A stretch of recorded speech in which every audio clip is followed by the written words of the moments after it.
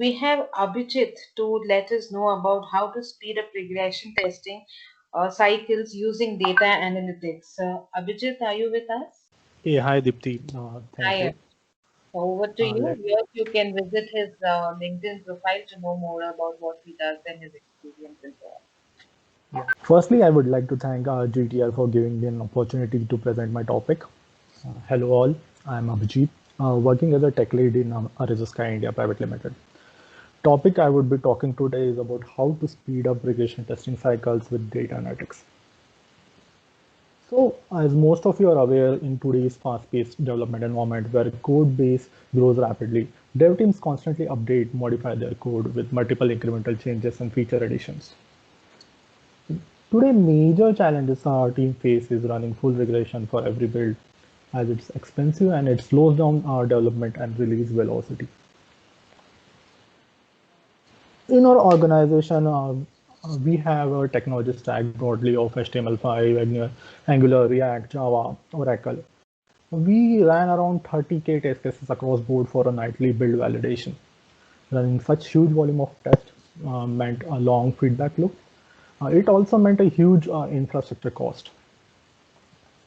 Even after successfully effectively managing running each test within permissible time frame, we were not sure what part of the code was tested, or even how much of the code of our application was ever tested. This led to bad release decisions as a result of insufficient data and insufficient insights into areas of code that matter the most. In such situation, many code changes eventually reach production without being tested, resulting in a bad release quality.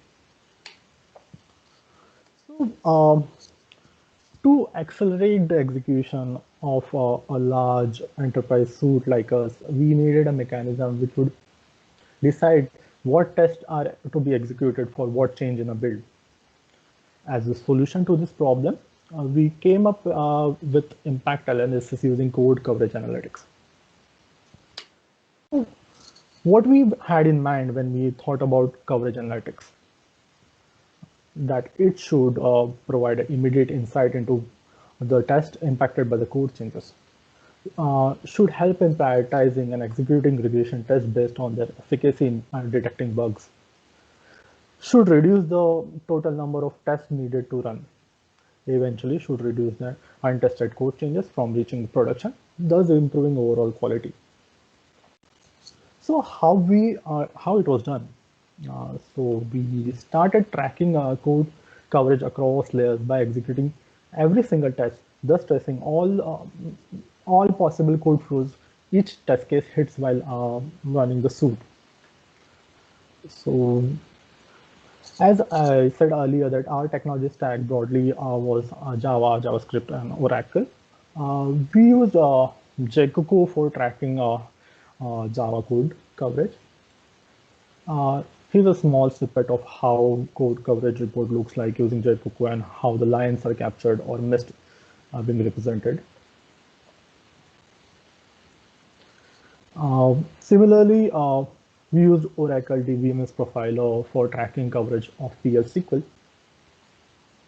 A small snippet of the how reports are built on top of data being captured by DBMS Profiler. We used Istanbul for tracking JavaScript coverage, and again the same. So this is how the reports of JavaScript coverage looks within Istanbul. So once the coverage across layers was tracked and each test case was mapped to it, we then extracted the list of code changes which got into each build. Once we had a list of code change or what new code went into the build, we use the data mining techniques to fetch a list of our test cases impacted by the code changes. To conclude, this helped us in immediate insights into what test impacted by the code change, thus improving the overall release quality. Reduced number of tests and analysis timing also helped us in efficient sprint planning. That's it. Thank you.